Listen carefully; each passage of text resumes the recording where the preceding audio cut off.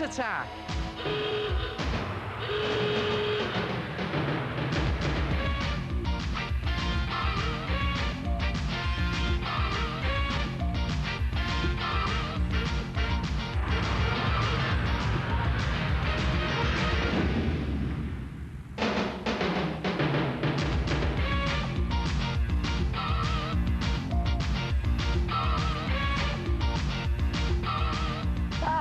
Hello there. Hey, I've discovered a great way of making your artwork literally jump off the page. Crease the clothing. Come and have a look at this.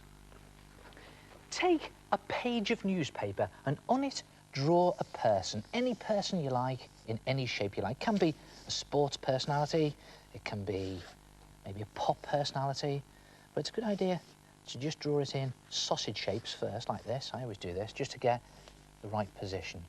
And you can just make these adjustments as you go until you're happy with the shape. There it is. I'm just drawing a guy sort of dancing, in sort of a dancing position. And when you're happy with the general shape, then put some clothes on your person. Now I'm going to put a baseball cap on, put it on backwards so he looks really trendy. If he's dancing, he could be in a disco, couldn't he? So I'll put his disco shirt on there. And maybe I'll put some shorts on him. Now, hold on, you may be thinking, why has he got shorts on if he's in a disco? Well, maybe it's a hot and sweaty disco, or maybe it's a beach disco. And I think I'll put some socks on him down here like that, and some nice big trainers. And the great thing about using newspaper like this is you can just make these adjustments as you go in. It doesn't have to be neat, but just get a nice shape. And I think I'll just put a bit more detail on his fingers there, maybe on that side as well, like that. When you're happy with the general position and all the clothes, just cut all of these bits out. Now, the idea is to cut all of the bits out separately so that you can use them as templates to draw around onto other different coloured pieces of paper. So, OK, I'm going to try the shirt first. Now, if it's a disco shirt, we need some disco-y paper. And I've got this scrap of wrapping up paper. There it is. And I've always got these scraps of wrapping up paper that I save over from Christmas. And you never know when you need them in Art Attack. I'm just going to use this shirt that I drew on the newspaper as a template just to draw around very roughly onto the wrapping up paper, like that. And the idea is to cut that shape out so that you have something that looks like that. And I think I'll do the shorts. Maybe what I'll do is I'll use a comic for the shorts. They are quite comical, the shorts, aren't they? So I'll put onto an old comic I've got there, just put that newspaper pair of shorts. Actually, I wouldn't mind a pair of comic strip shorts myself. They'd look rather good, wouldn't they? Just draw around them like that, just roughly, and remove the newspaper, cut the shorts out, and you have something that looks like that. And the idea is to do the same with all of those bits of newspaper, just use them as templates to draw around on coloured paper and cut them out. Then take some PVA glue, you know, the white school glue that you get in the squidgy bottles. I'm always using this stuff. I think it's really versatile, this stuff. And then just brush it on to all of the individual pieces. I'm just doing this really quickly to show you. You can take a lot more time over it, do it a lot more neatly, and just brush it onto the top of the shirt and the shorts and all the bits of the body. And it looks a bit of a mess at the moment, but when you've done all the bits, if you just put them to one side and leave them to dry, do it separately though, so they don't all stick together. When they're dry, look what happens to the PVA glue. Yep, it goes all hard and stiff and shiny like that, and it gives it a really good finish, a good effect there. The problem is, all these bits are still a little bit flat. So the only thing to do is crunch them up. Just crunch them up, put creases back into those clothing. Now, I know you're probably sitting there going, oh, no, he's just done that, now he's creasing it up. But it's a great effect. Just crunch them up and do the same with all the other bits, and just pull them up and crunch them up like that, and then separate them. And it's a good idea at this stage to put them onto a piece of thick paper or card as a backing card, any colour you like, something that looks good as a backing. And then it's just a case of piecing them back together again in the original shape, like a jigsaw. It's quite difficult to do this. It's quite difficult to grab them because they're all shapes, they're all sticking up. But don't flatten them because you get this great 3D effect there. That's it. He's back in his dance position now. Quite happy with that. When you're happy with the position, just glue it down. Put a couple of dabs of glue very loosely on the back of each piece. And whatever you do, when you're gluing them down, don't press them down, otherwise you'll flatten each piece and you'll lose the 3D effect. And look at that. It really does jump right off that backing board. And I've even added in some musical notes with felt tip pen. And see what I've done there? I've given him some tin foil shades. Try it yourself. Creased art. Good effect, isn't it? And as I say, you can do any person you like. What about a sports personality there? Look at him all creased up, kicking the ball. Or how about a superhero? And look at the creases in that cape. And there she is, the craggy old witch, all creased up. Try it yourself. 3D creased art. Hello, it's me, the head. Now, just do the pieces of your picture on different types of paper and paint each one with PVA glue. It's a good idea to do this on top of a plastic bag. Then, when they're dry, screw them up so that they look creased. Arrange them and stick them gently down. Do you want to see my 3D creased art clothes? Well, I don't wear any clothes, do I?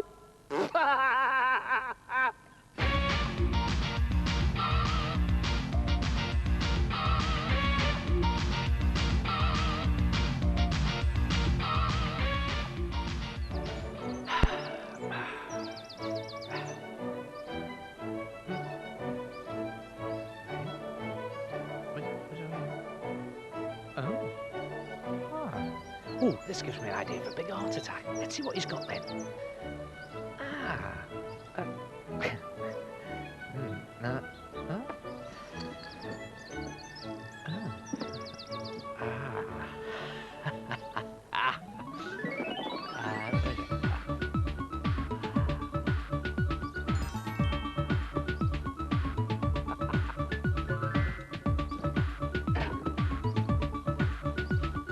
Here we go then.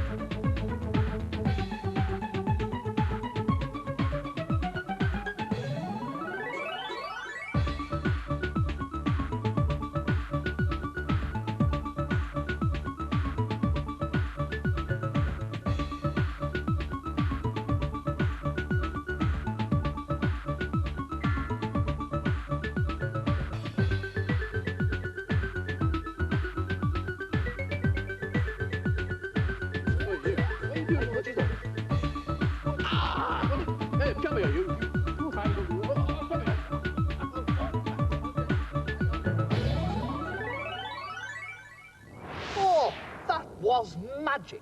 How does he conjure them up? Do you want to see my magic picture? I made it disappear!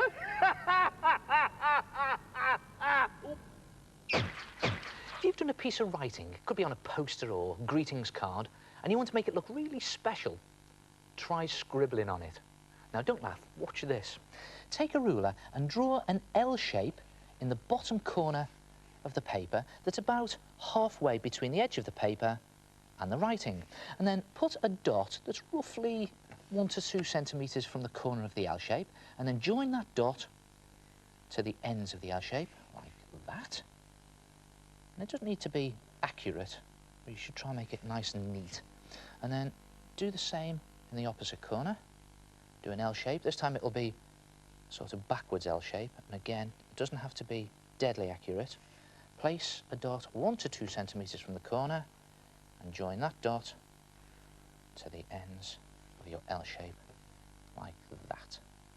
And then do the same at the top of your paper, only this time the L shape will need to be upside down, but again make it roughly halfway between the writing and the corner of the paper, and pop a dot in between 1 and 2 centimetres from the corner and join that up.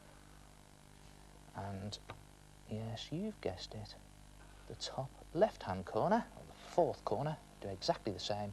L shape, this time upside down and back to front. Again, doesn't need to be exactly the same size as the others. You should try and get it roughly the same shape. Dot in the corner, join the corners to the edge, and then the good bit. Just fill in these shapes with curly scribble. Now the idea is to just do this curly scribble and keep the curls as tight as you possibly can. Just going round and round with your pen and keep to the inside edges of the lines on your L shape. Just filling the whole thing in with tight, curly scribble. There it is. And do all 4 shapes in the same way, and look at this. It really finishes your writing off professionally. Looks really fancy, doesn't it? Now, if you haven't got a ruler, you could always do exactly the same thing, but do it freehand and do sort of wobbly L shapes. And it has the same effect. Look at that. I'll just do a freehand L upside down there, another one in that corner upside down, a proper L there, albeit a bit freehand, and one facing the other way, there like that. And again, colour it in using curly scribble. It's good stuff, this curly scribble, you know. I used to use this when I was doing football crowds. I used to always draw football pictures. I used to do the crowd like this. Just looks like loads of heads, doesn't it? Just keeping to the edges. And now what I'm going to do on this one is I'm going to use 2 colours. So a 2-colour curly scribble effect. This time I'm using that sort of really garish lime green. Oh, look at these 2 colours together, lime green and orange. It's enough to give anyone an heart attack, isn't it, eh? Look at that. And it goes. And again, you do all 4 shapes in exactly the same way, and it really finishes it off with a nice, fancy flourish. Good effect, isn't it? And it's all based on filling L shapes with curly scribble. And you can use it for lots of things. You can use it to really finish off some poems or maybe an essay. Or you could use it to finish off posters. It really borders posters well. Or what about this? I've done sort of square-shaped L shapes there to finish off a greeting card. Try it yourself. Scribble borders. What a nifty way of turning paper into something great. With nothing but scribbles, it can make things look really special. See what I mean? Really special.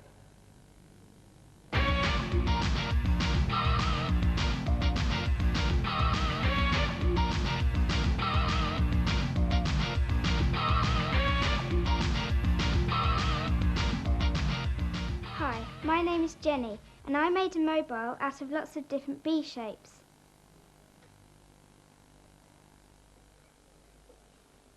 Hi, my name's Henrietta, and I painted lots of duck designs onto some corrugated plastic. I then cut them out and hung them together to make my mobile. Hello, my name is Joanna. I had a mobile art attack. Ah, yes, I think mobiles are absolutely brilliant. And you know, there are so many different ways of making them, aren't there? What about trying this? Try a very simple, straight down mobile, where all the pieces in the mobile are arranged straight down. Now, it's just a case of picking a theme for your mobile. As you can see, my theme is the sky. I've got the sun and a balloon and clouds and stuff in there. When you've picked your theme, just draw 5 pieces for your mobile onto a piece of cardboard box card.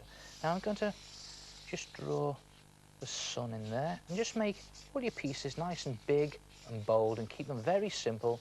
They don't have to be neat at this stage.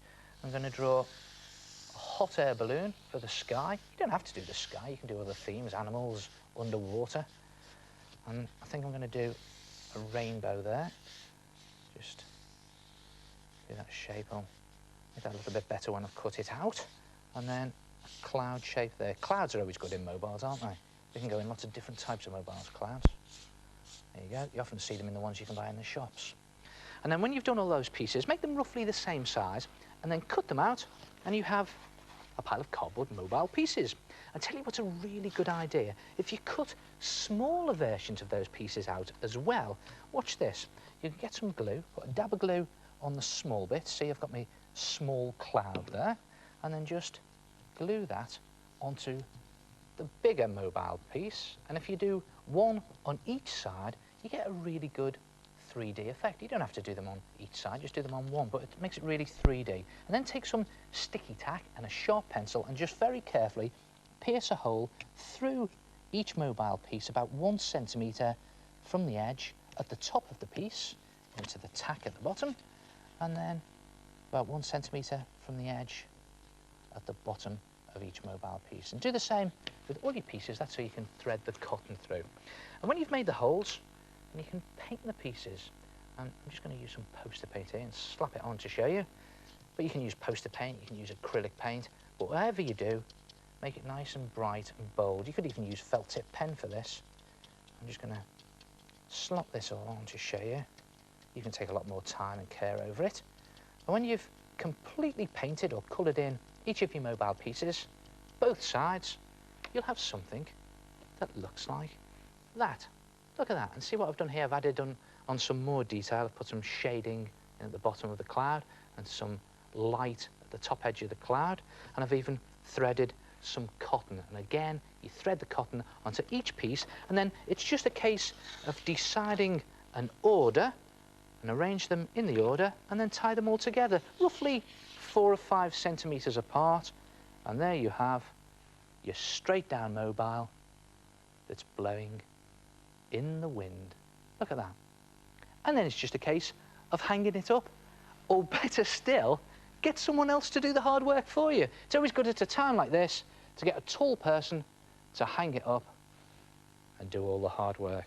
And there it is, my straight down mobile. And of course you can do the sky like me if you like, or you could pick your own theme. I've done a couple of other ones here to give you an idea. What about a space mobile? I've done my moon and my rocket, and I've got a star in there, and there's the Earth spinning away, and there's a little Martian in his spaceship with a couple of stars there. Or you could even do an underwater theme. There's an octopus at the bottom down there, and a lobster, and a shell, and a seahorse, and right at the top, the old vicious fishes. And what about this? My favourite subject of all, dogs. And I don't mean animals, I mean hot dogs. You've got the hot dog there, some chips, ice cream, sundaes, cola, sweets, all of my favourite things. Try it yourself, a straight down mobile, and I'll see you next time. Ta-ra!